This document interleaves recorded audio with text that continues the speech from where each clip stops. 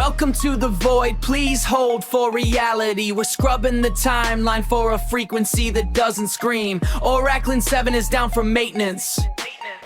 Nevora's bleeding through the ceiling again. I think I saw a version of me where I was a shoe. Don't worry about the noise, it's just a signal trying to find its soul. Switching channels, static in the attic, infinite realities for the price of your sanity. We got Grindor, we got Nevora, we got the harmonized screams of the masses. Look at the screens, look at the diagrams. Nothing means anything when the resolution is this low. Nothing means anything. Rick, you're listening to that dimension again, aren't you? I heard the audio leaking through the garage speakers last night. The guy talking about perfectionism and death and motivation and all that existential stuff. You've been replaying the same episodes for weeks now. At first I thought it was just another weird obsession like alien courtroom dramas or sentient cooking competitions or whatever, but then you started dragging me across half the galaxy visiting all those planets. I'm starting to think this wasn't random sci-fi tourism. That's not normal even for you. Morty, normal is a statistical hallucination invented by anxious people trying to feel safe in groups. And yes, I've been monitoring him because every once in a while somebody starts generating conceptual pressure strong enough to leak across dimensional layers. Most humans don't actually think, Morty. They recycle. They inherit language, identities, fears, ambitions, political opinions, productivity systems, relationship structures. Most consciousness is basically downloaded software pretending to be individuality. But occasionally somebody starts asking questions with enough emotional honesty that the signal becomes detectable beyond their own reality. That's what this guy accidentally started doing. He's poking existential fractures most civilizations spend centuries trying to sedate themselves away from. Wait, What? is that why you dragged me through all those planets? There it is. Perfection Prime, Oraclon, Nevora, Grindor, the harmonized. Those weren't random adventures, were they? Nope. You were showing me civilizations built around the exact same ideas from the podcast. Closer. What does that mean? Those worlds weren't created by the podcast, Morty. They existed as conceptual attractors long before this guy started talking. Conceptual attractors? When enough conscious beings obsess over the same existential tensions long enough, reality starts organizing itself around those ideas. Perfection, death denial, hyperproductivity meaning collapse. These aren't just discussions anymore, Morty. They become psychological gravity wells. And this podcast is connecting to them somehow. Exactly. Holy crap! You know what the funniest part is? He probably thinks he's just making a podcast. Meanwhile, half the dimensional spectrum is quietly resonating with the same psychological tensions. That's how these things begin, Morty. One person starts questioning inherited assumptions hard enough, then millions of exhausted nervous systems suddenly recognize themselves inside the signal. Humans think civilization changes through policy and technology, but most major shifts begin as emotional synchronization events. Somebody says the thing everybody secretly feels but nobody articulates clearly enough, then reality starts reorganizing itself around the idea. That's actually terrifying when you say it like that.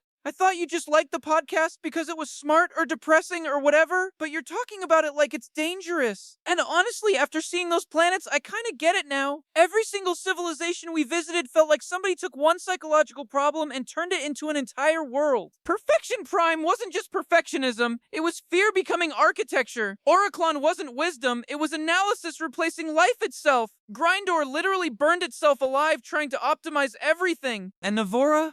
Jesus, Rick, Nevora was horrifying. The idea that people could become so uncomfortable with mortality that they'd rather replace grief with simulations than actually process loss? That didn't even feel alien. It just felt like humans with slightly better technology. Exactly, Morty. That's exactly the point. Humans always imagine collapse looking dramatic. Explosions, wars, meteors, evil robots. But most civilizations decay psychologically before they collapse materially. Perfection Prime didn't die because of some giant catastrophe. They died because nobody could tolerate vulnerability anymore. Nobody wanted to look foolish, unfinished, uncertain, emotionally exposed. Their culture optimized shame avoidance so aggressively that eventually nobody could move without guarantees. Artists stopped releasing work because imperfection became psychologically unbearable. Scientists stopped experimenting because failure threatened identity stability. Lovers stopped confessing feelings unless success probabilities were emotionally pre-approved. Imagine living inside a civilization where everybody's trapped in draft mode forever. That's what humans are drifting toward too, by the way. Entire generations terrified of public failure because digital culture transformed embarrassment into permanent historical record.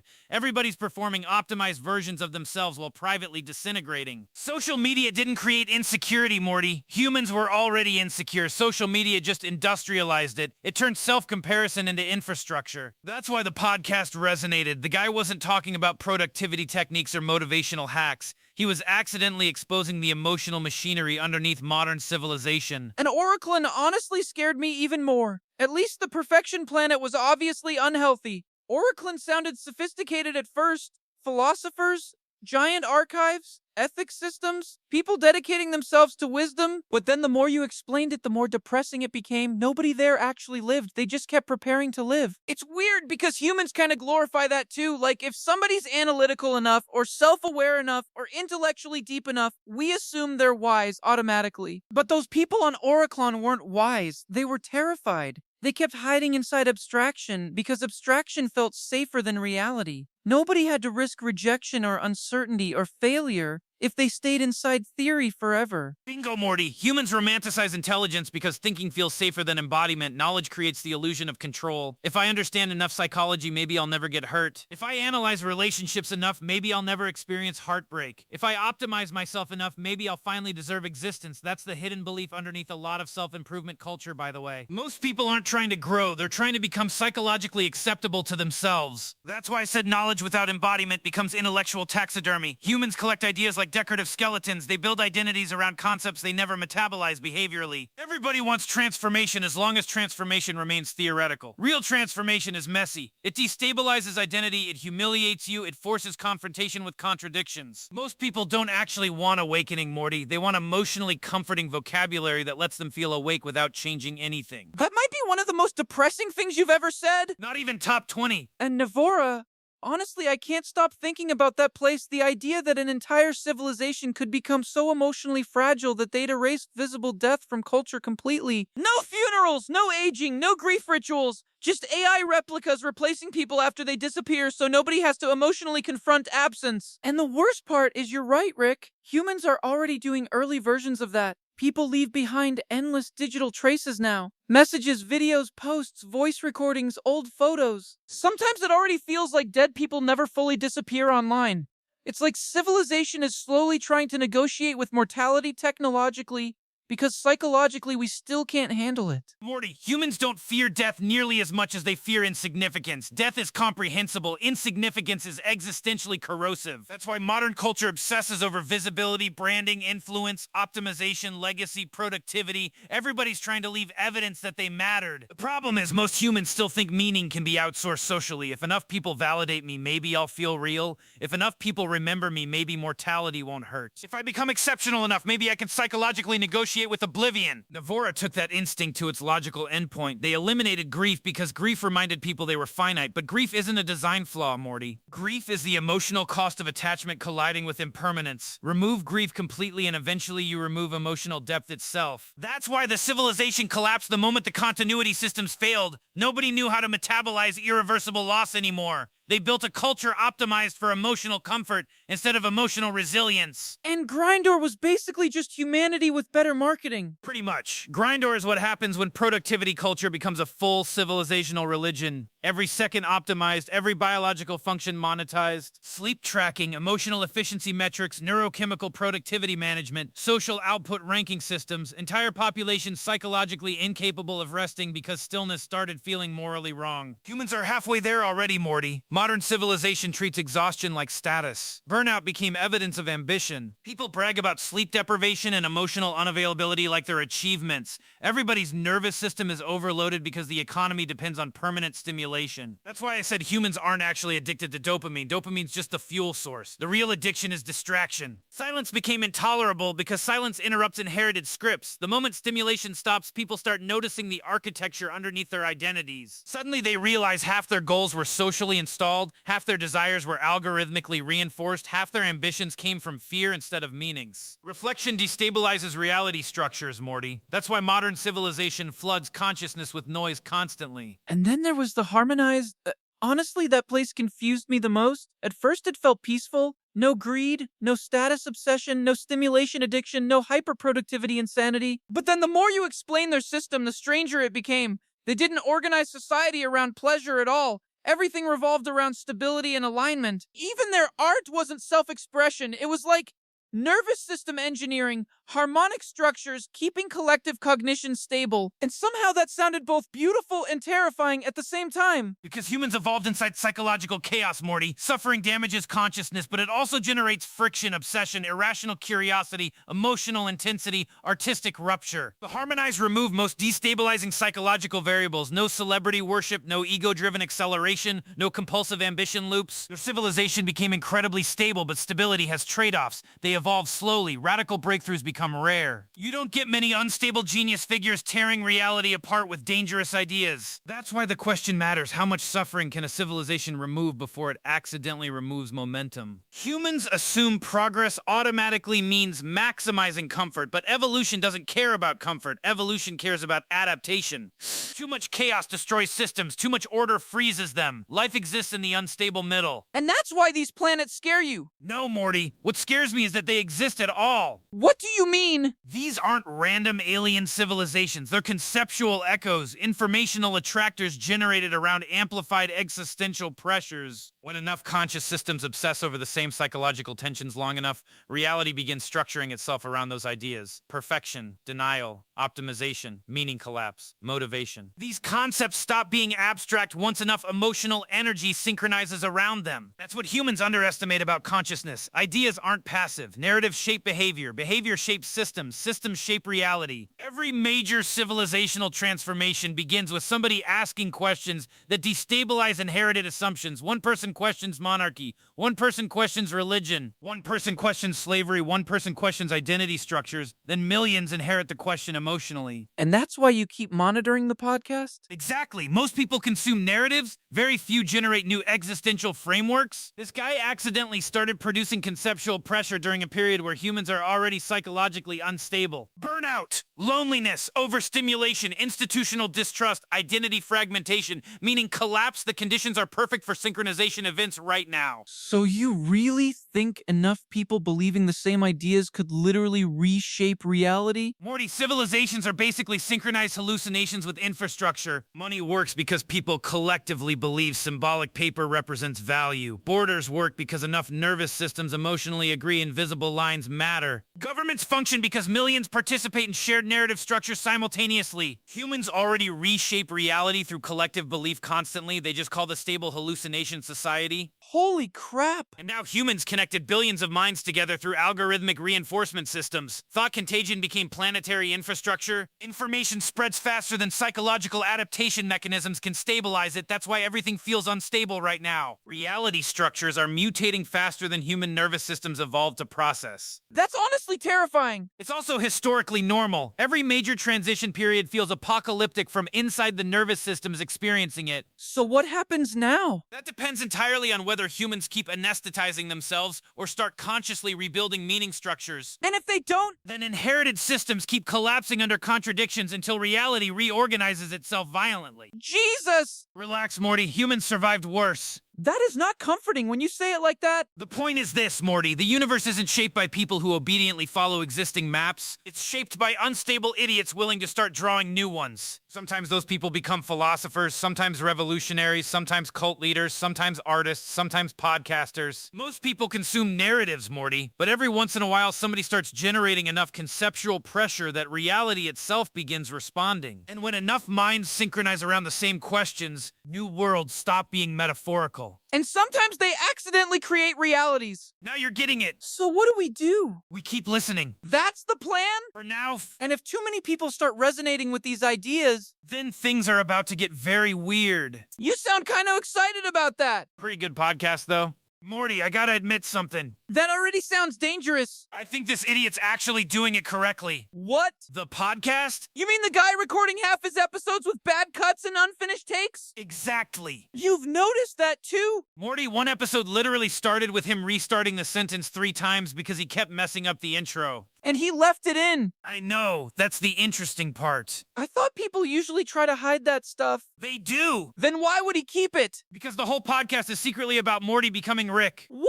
Not intelligence-wise, existentially. I don't get it. Morty is the version of consciousness terrified of uncertainty. Rick is the version that already broke through it. That sounds way deeper than the actual show. The actual show literally revolves around cosmic nihilism and psychological fragmentation, Morty. fair. But listen carefully, this guy keeps talking about perfectionism while uploading imperfect recordings. Oh, He talks about action while leaving mistakes visible. He talks about sustainability while building the podcast slowly instead of manufacturing fake polished momentum. He talks about the fear of looking ordinary while publicly risking embarrassment every episode. holy crap. That's why the signal feels authentic. So the imperfections are part of the point. They are the point. Listen to this part again. What part? The one where he says perfectionism disguises itself as love for quality. You memorized it? Morty, I memorize psychological anomalies recreationally That sentence actually goes hard, though. because it immediately exposes the psychological trick underneath perfectionism. What trick? That most people aren't actually protecting quality. They're protecting themselves from reality. Damn, He realized perfectionism isn't optimization. it's avoidance. Exactly. And humans rarely admit that honestly because modern civilization worships polished identity performance. Everybody wants to appear complete before they begin. Exactly. Humans think unfinished equals worthless. That's why people spend years preparing lives they never enter. Damn, And this idiot keeps accidentally exposing the machinery underneath it. you really like calling him an idiot? Morty, all reality-altering humans are idiots initially. That's weirdly inspirational. You know what really caught my attention? What? He openly admits he's embarrassed. Yeah? That's huge! Why? Because most humans build entire personalities around avoiding visible incompetence. But he literally says he's ashamed sometimes? Exactly. And then he uploads anyway. Oh.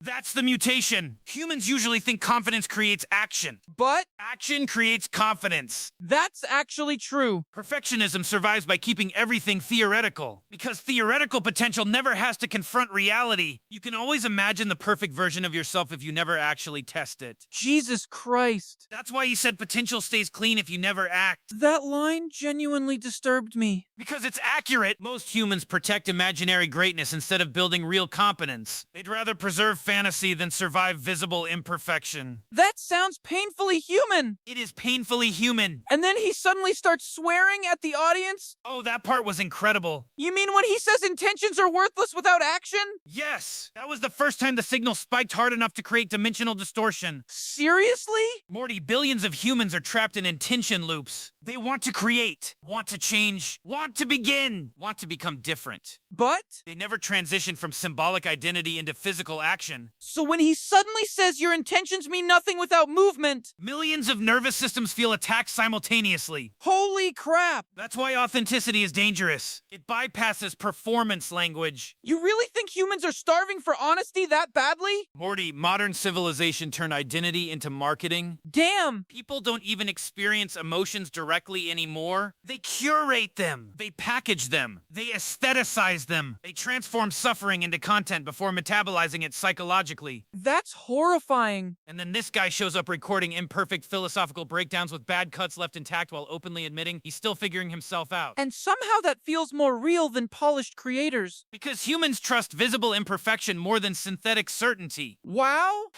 My favorite part is that he keeps framing the journey as Morty becoming Rick. Yeah? That's psychologically genius whether he realizes it or not. Why? Because Rick isn't actually freedom. What? Rick is what happens after illusion collapse. Jesus. Morty still believes certainty exists somewhere. Rick already learned reality is unstable. Damn. So this whole podcast secretly became a ritual about psychological transition. From what? From needing permission, To? acting before certainty arrives. That's actually kind of beautiful. It's also dangerous. You keep saying that. Because every civilization-changing idea starts emotionally before it starts structurally. And this one emotionally attacks passive identity construction. That sounds terrifying when you phrase it like that. It should. Listen to this section. The part where he says life doesn't begin when we finally become our best possible version. Okay, yeah, that's really good. That line destabilizes optimization culture directly. How? Because modern systems survive by convincing humans they are always one improvement away from deserving life on. Holy crap. So people keep preparing forever. Exactly. One more course, one more certification, one more self-improvement cycle, one more optimization phase, and suddenly 10 years disappear. Damn. Meanwhile, reality was waiting for participation, not perfection. So when he says life begins with the first real move, People recognize themselves immediately because the signal isn't intellectual, it's existential. Rick? What? You know what I realized during all those planets? What? All 5 5 civilizations were basically trying to avoid vulnerability. Keep talking! Perfection Prime avoided failure. Oraclon avoided uncertainty. Nevora avoided mortality. Grindor avoided stillness. And the Harmonized avoided chaos itself. Holy shit! What? You actually understood the trip. Wait, really? Yes, Morty, that's the core pattern. All 5 civilizations became trapped trying to eliminate psychologically uncomfortable states. And humans are already doing all 5 at once. Exactly! Jesus! That's why this podcast matters. Not because it has answers. But because it reintroduces vulnerability? Bingo! He uploads before certainty. He speaks before mastery. He acts before completion. And weirdly enough, that creates trust. Because people recognize themselves in the incomplete list. Exactly. You know what's funny? What? This whole thing started because one exhausted human decided to stop waiting until he felt ready. Damn. And now we're monitoring dimensional resonance anomalies because of it. That's insane. That's culture. You really think leaving mistakes in was the right move? Morty, polished perfection is forgettable. Visible humanity isn't. That might be the most hopeful thing you've ever said. Don't spread it around. Everything is fine. The timeline is stable, the podcast is in English, and there isn't a brain creature staring at me from the desk. It's just static. It's just signal noise. It's definitely not the sound of everything we know turning into wallpaper. Perfection! Oraclon 7, Nevora, Grindor, and the Harmonized. The guide to the galaxy is actually just a manual for your soul.